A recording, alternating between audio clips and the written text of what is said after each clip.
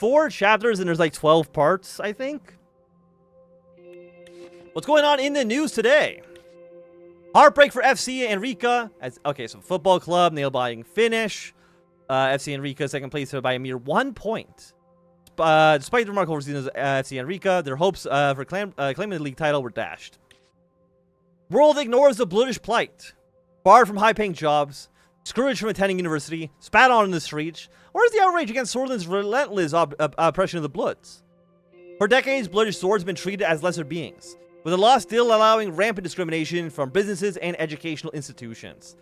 We call on the international community to raise awareness of this tragedy so that we can begin promoting equality among all Swordish citizens. Okay. The Hajlan protests have started again. The governor, who is appointed by the Angolan government to continue without slowing down. After supportive statements from Chairman Emil Hegel, the Vagelus protesters assembled in front of the governor's office in Hajlport and waved Vaxlandian flags. One Vaglish protester was photographed as he climbed the flagpole of the governor's office and brought down the Agnolian flag. He was shot by the Agnolian authorities on the island when he attempted to burn the flag with gasoline. Protesters claimed that he was shot in the neck and was killed immediately on the scene, while the Angolan government has not released any statement on the subject. The incident sparked further unrest and protests turned into riots around the island, with many Vagelus protesters now calling for Vaxland to save them. Chancellor Hegel was quick to respond on the incident, saying that Vaxland stands together with her people in Hajiland. No regime can murder its citizens because they protested. If this conflict continues, Vaxland holds its right to intervene to save her people. Okay. Turmoil strikes Ventry City. A wave of targeted political assassination struck Ventry City's financial district, claiming the lives of one key campaign staffer and one local district politician, preceding Arcasia's decisive votes. A coordinated drive-by shooting and small explosive detonated, aimed at Charles Devereux's team, heightened fears of election disruption. Pattern security solutions aided Arcasian police at rally sites, while Cerberus International reinforced key transit hubs with rapid response and surveillance units. The election comes amidst slowing growth, rising military spending, and mounting pressure on working-class communities. President Dwight Walker's pro-market agenda raises resistance from voters backing Devereux's platform for welfare expansion and public oversight. Debates over inequality, migration, and privatization power have polarized the electorate and drawn attention of observers wary of Katana-aligned influence. In a televised address, Walker condemned the killings, vowed justice, and urged citizens to uphold constitutional values. Okay. BFF recruitment. Or that village around Ursine, a group of BFF missionaries are seeking to recruit militants into the BFF. Not surprising there. And a call from Marcel Koronti. I was in my office, looking through the agenda for the upcoming meeting with the Minister of Economy. The meeting was going to be about the ownership of the Big Four, the largest 4 companies in Sordland: Heart of Sordland, Bergia Steel, the SSC, and the Nedem Mining Group. Some of these companies were controlled in part or entirely by the state. Others were mostly or completely privatized. I had the power to change that. The phone rang and I put the agenda down. Greetings, Mr. President. Sorry to disturb you before such an important meeting, but I thought now would be a good time to talk about our arrangement. I'm sure you'll agree that the support that I have in my network given to your administration has been nothing but beneficial. Half of the non-state media in the country has been sharing positive news about you and downplaying negative effects. Okay, I mean, it's been successful so far. I'm glad you agree. Your public opinion could have nosedived if it was not for us. I heard him knock on wood. On another note, I can't help but mention your tax hike, Mr. President. The increased taxes have made a substantial dent in HOS's net profits.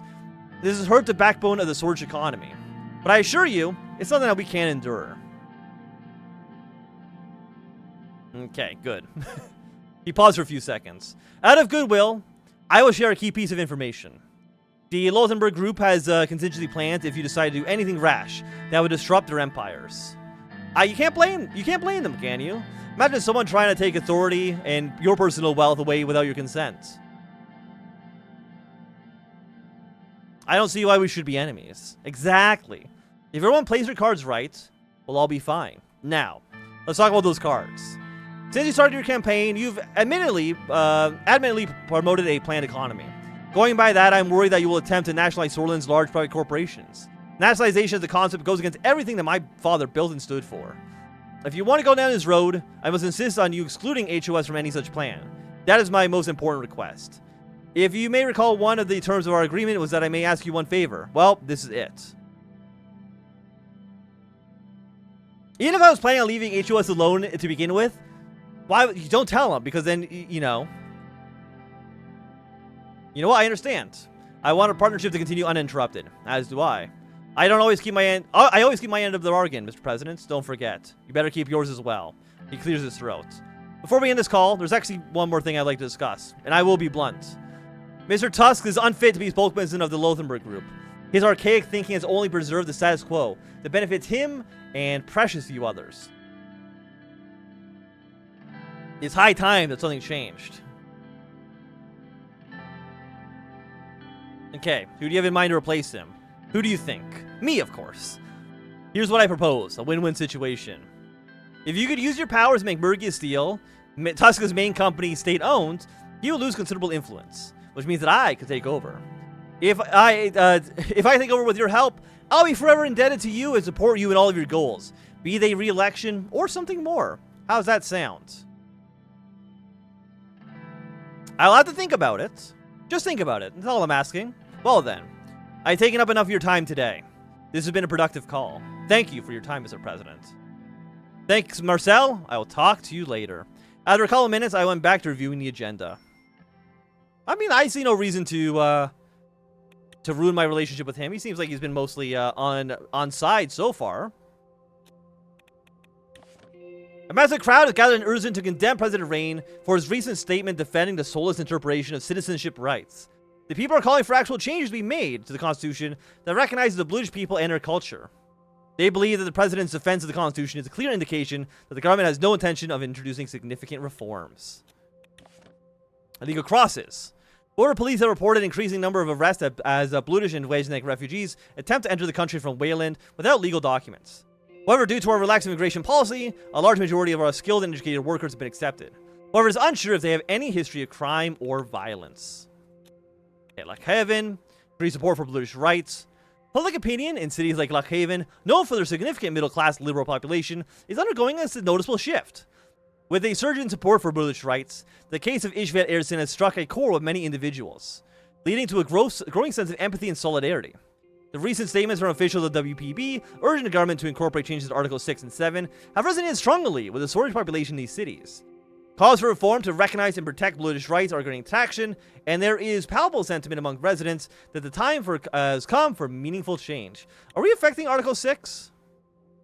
1, 2, 3, 4, 5, 6, 7, no change. Oh, these are sections, not articles. Okay, that's fine then. Hall of Sword. Supreme Court finds Governor Braun guilty. Today, Supreme Court has charged Governor Braun for enacting the resettlement order, which discriminated against swords of different blood living in a special zone of Bergia. The court ruled in favor of Ishvet Ersin's arguments, and Governor Braun was fined and removed from office. However, the court did not agree with other arguments put forward by Ersin and maintained the Constitution had already proved equal rights for everybody. As for the replacement of the governor, Supreme Court ruled that the extraordinary circumstances such as this, the deputy of the governor shall assume duty until the end of the term, instead of a president appointing a new governor.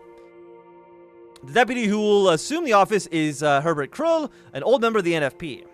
The court's decision has garnered mixed reaction from the public, with some applauding the decision to hold the governor accountable for his actions, and while others remain skeptical of the effectiveness of his ruling, citing the continued discrimination against British people. Most of the British population of Bergia condemned the decision, especially due to Governor Braun's replacement, who they believe may prove worse than Governor Braun. The NFP play to you. So no, we're playing 5D chess. We're gonna outplay the NFP in due time. Just wait. Okay, we have a meeting here. In a groundbreaking ruling, the Supreme Court has charged Governor Braun with for his implementation of the divisive resettlement order in the special zone of Bergia, targeting individuals referred to as swords of different blood. The court's decision reinforced the principles of equality and justice must prevail, even at the highest levels of power. Governor Braun's removal from the office and accompanying fine demonstrated the court's commitment to upholding the rule of law and safeguarding the rights of all its citizens. In a testament to his constitutional prowess, the court has appointed Herbert Krull, a seasoned member of the NFP, to act as acting governor until the end of the term. While the court ruled in favor of Ishval Ersin's arguments regarding discrimination, it rightfully recognized the Constitution as already guaranteeing equal rights for all, rejecting his arguments about the conflicts within the Constitution. This ruling emphasizes the importance of respecting the constitutional framework that safeguards individual freedoms. As Herbert Kroll assumes office, it is crucial to be supportive of his leadership and provide a conducive environment for the special zone of Bergia to thrive. Okay, demands, outrage. The recent ruling by the Supreme Court has sparked outrage among the Bluish community residing in the city of Erzincan. While initially celebrations over Governor Braun's dismissal were witnessed in the streets, the underlying sentiment remains one of skepticism and frustration for the government's limited efforts to acknowledge and rectify the systemic discrimination faced by Bluish populations. What began as a celebrating gathering soon transformed into peaceful protests against new governor Herbert Kroll, with demonstrators demanding comprehensive reforms and reparations for past injustices. Centered to the protest is the demand for resignation of Chief Justice Hawker, as the Bluish community receives a lack of empathy and understanding from the highest levels of judiciary. Governor Kroll's response to the protest has been to deploy special security forces to address escalating tensions. However, it is important to balance security concerns with the protection of individual liberties and promoting of peaceful demonstrations. Okay, Bluish Democrats are condemned of me.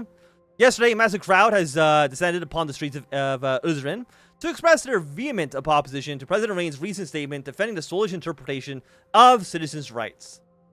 The leader of the WBP, Fetia Egel, also released a statement criticizing the government and the president, saying that the people, driven by a shared sense of frustration and marginalization, demand tangible changes to the Constitution that genuinely recognize and embrace the rich, bloodish heritage and culture.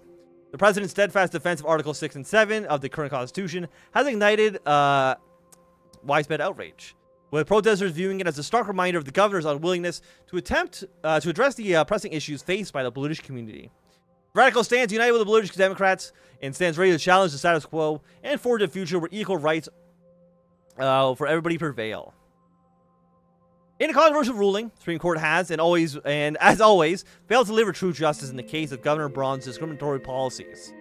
While the court acknowledged some aspects of Ishval Ersin's argument regarding discrimination, this minor concession is hardly victory for Bluish rights or a catalyst for meaningful change. Instead of taking a bold stance against the discrimination, the court has chosen to play a dangerous game of politics, appointing Herbert Kroll from the ultra-nationalist NP as acting governor. The decision is an affront to the principles of justice and inclusivity, as the NP has long been associated with totalist ideologies, Kaiserreich reference, that undermine the rights of peoples and freedoms in the Bluish people. Moreover, even though President Rayne wouldn't have done anything better, the court's decision to bypass his authority by appointing a new governor instead of granting powers to the vice governor further undermines the democratic process. It is now more crucial than ever to mobilize, unite, and demand genuine reforms that will truly safeguard the rights and dignity of all Bluish citizens. Only through collective efforts can we overcome the injustice perpetuated by the court and its misguided decisions. Okay. After prolonged negotiations, including a critical dispute resolution involving Canal and Arcasian PMCs, Arcasia and Canal have restored diplomatic relations, marking a pivotal moment in global geopolitics. This reapproachment comes as tensions within the Arcasian Treaty Organization grow, with Canal signaling a possible shift in full membership to observer status, creating a complex diplomatic balancing act. The ATO's response, which includes issuing warnings to PMC executives and offering concessions to uphold Canal's autonomy, reflects the strategic importance of this key member state. For now, Canal will remain a full member of the alliance, maintaining its integral role within the bloc. Okay. So let's meet with Lucian. Lucian scheduled some time to meet with me to discuss the potential repercussions of the upcoming economy meeting. He arrived on time as usual and took his seat right across from me. Good morning, Mr. President. Lucian had dark circles below his eyes. The plethora of political developments must have been weighing on even more of a workaholic like him. Get enough sleep. I'm trying to, sir. Don't push yourself too much. I will try not to. I must say, you don't look much better. I looked at myself in a small-handled mirror. Similar circles were beneath my eyes as well. I booked some of your time to pre-plan for today's meeting at the Ministry of the Economy. But before going into an economic direction, I want to give you a short status update. After you, Mr. Kimner, made your statement in support of the Solish constitutionalism, the Supreme Court prioritized the case and quickly announced a verdict. It's very clever of you to use Solism against them. They couldn't afford to look like hypocrites, so they must have moved on it very quickly. The court ruled that Felix Braun is to be relieved of his powers as position of governor for abusing his powers to discriminate against British citizens. He is banned from serving in any political positions in the future and can be charged for a fine of 5 million ren. The resettlement policy of Bergia are ruled to be unconstitutional and have been revoked. One second. Do I have a thing to turn off my camera? I actually don't know. Just 1 second. Okay. However, the court has also rejected Erson's arguments about the Constitution, ruling that all citizens of Sordland are swords regardless of ethnicity and are completely equal before the law. The results have received a mixed response from the British community. Activists, radicals, and BFF sympathizers have condemned the ruling. However, the majority seem to recognize that justice has been served. What more do these activists want?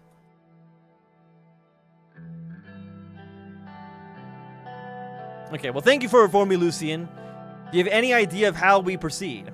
I don't think there's anything we need to do at this moment, sir. There's one more important detail. The seat of Governor Bergia must be filled. Normally, the president appoints the governor of the special directly. I'm afraid, despite Ms. Morgan's protests, the court decided to take a completely different route on this. Mr. Hawker argued that a premature departure of the governor during his term is an exceptional case, and they ruled that the deputy of Governor Braun will assume his duty until the end of the term. Mr. Kimner might have played you, unfortunately. The deputy in question, Mr. Krill, is a member of the NFP, and I'm afraid the court delivering Bergia straight into the NFP's hands. Okay. Let's just go into a fucking frenzy. Fuck Hawker, fuck Kimner, the whole system is broken. And thanks to you, we're doing our best to fix it, sir. Luckily, Mr. Kroll will not be able to resume any of his predecessors' unconstitutional activities. Of course, giving such a power position to a far-right nationalist is still very concerning. Luckily, Ms. Gaff is already working on the revocation of the special in Bergia. We still may be able to get rid of Mr. Kroll that way. I would be ready, it would likely be ready after the vote for the amendments. You'll be free to enact it then. Okay. Good, it's good to know. I'm looking forward to signing it. Of course, sir. He looked at his watch. For now, let's return back to the real reason we are here. Our economic direction. We need to be cautious. Any grand plans about the economy are also heavily influence our political standing. We would be changing our relationship with the old guard, the oligarchs, and the opposition. As you know, this meeting will give you the opportunity to alter the ownership of the Big Four, the largest corporation in all of Sordland. We can start the process of nationalization or privatization, or we can keep the status quo. Again, I remind you that any change will tip an already fragile balance. I personally think that we should stay out of this and keep things as they are. There's no need to make new political enemies at this stage of this term, but ultimately the decision is yours. What are you leaning towards? How should we move forward? I'm honestly kind of thinking we don't do anything. I think we kind of just take the coward's route. I mean, the economy is stable. We're at -10.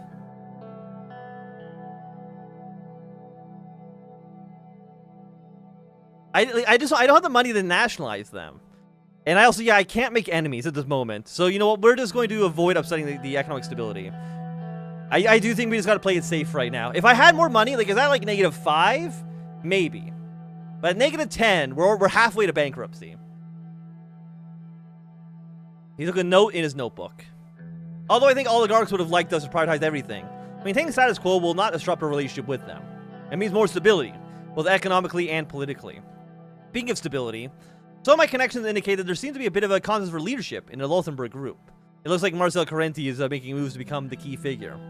Koronti probably wants his father's seat at the head of the group, and Tusk doesn't want to let go of it.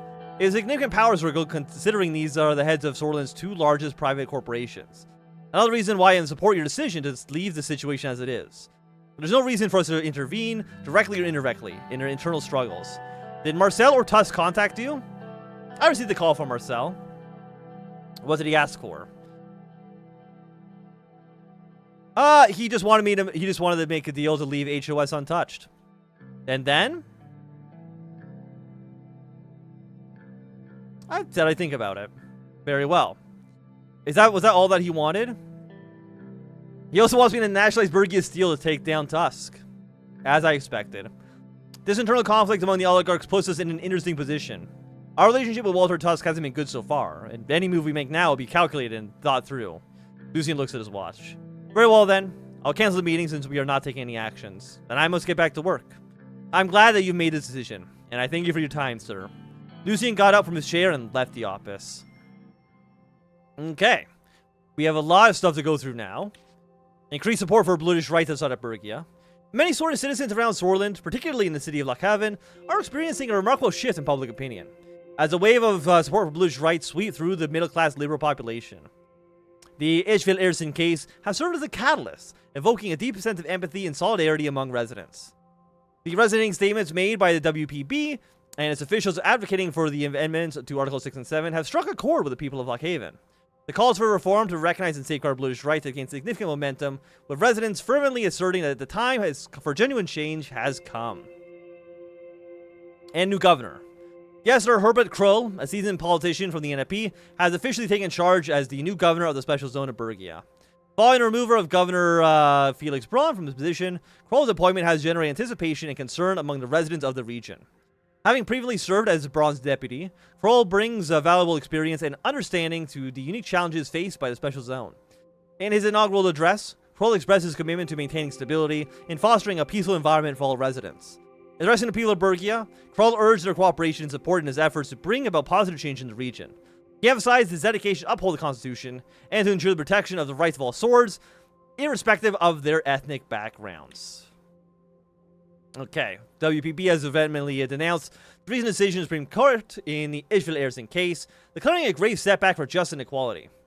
In a scathing statement, the WPB criticized the court for perpetuating discrimination and neglecting the legitimate demands of the British community. Accusing the court of turning a blind eye to the systemic marginalization faced by British people, the WPB called for a sweeping overhaul of the justice system to guarantee fair treatment and equal opportunities for all citizens.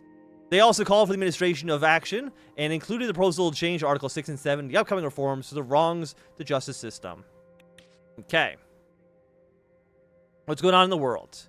As our Casey's election drum unfolds, Charles Devereux of the Reformist Union Party emerged as a formidable challenger to President Dwight Walker. Devereux presents a vision of diversion from Walker's staunch Arcadian capitalism.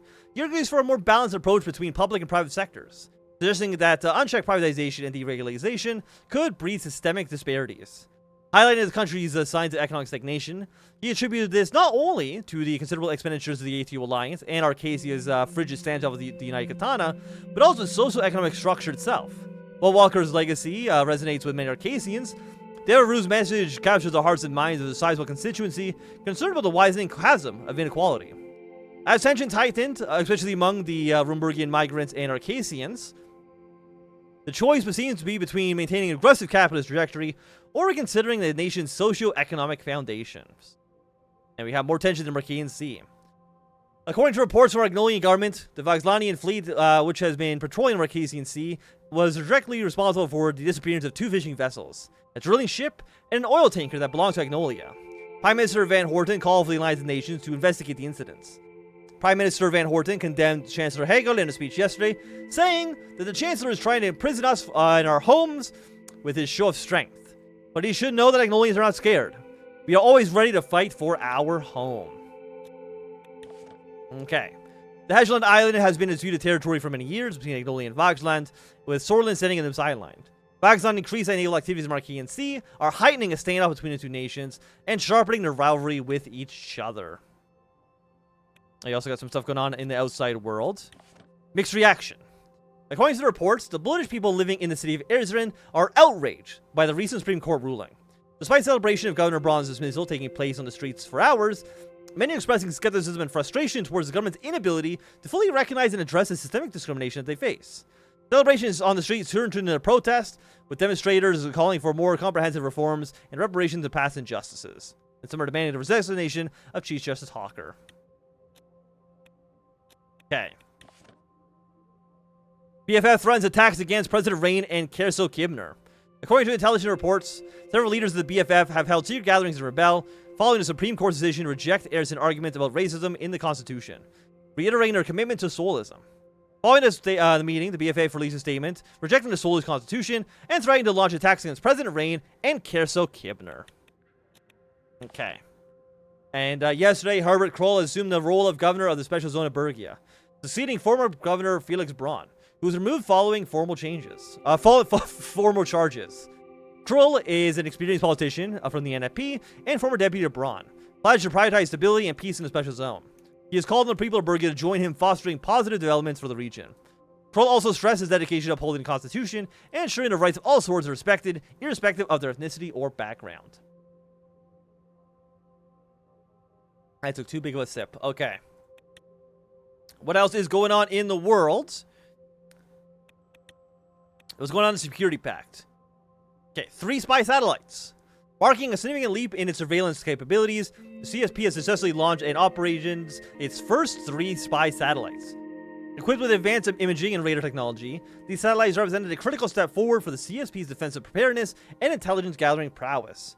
The satellites, nicknamed Kajuk, Vadim, and Okne, will be operating in low Earth orbit, providing continuous and broad coverage across potential regions of interest. Very good, very good. We love to see it.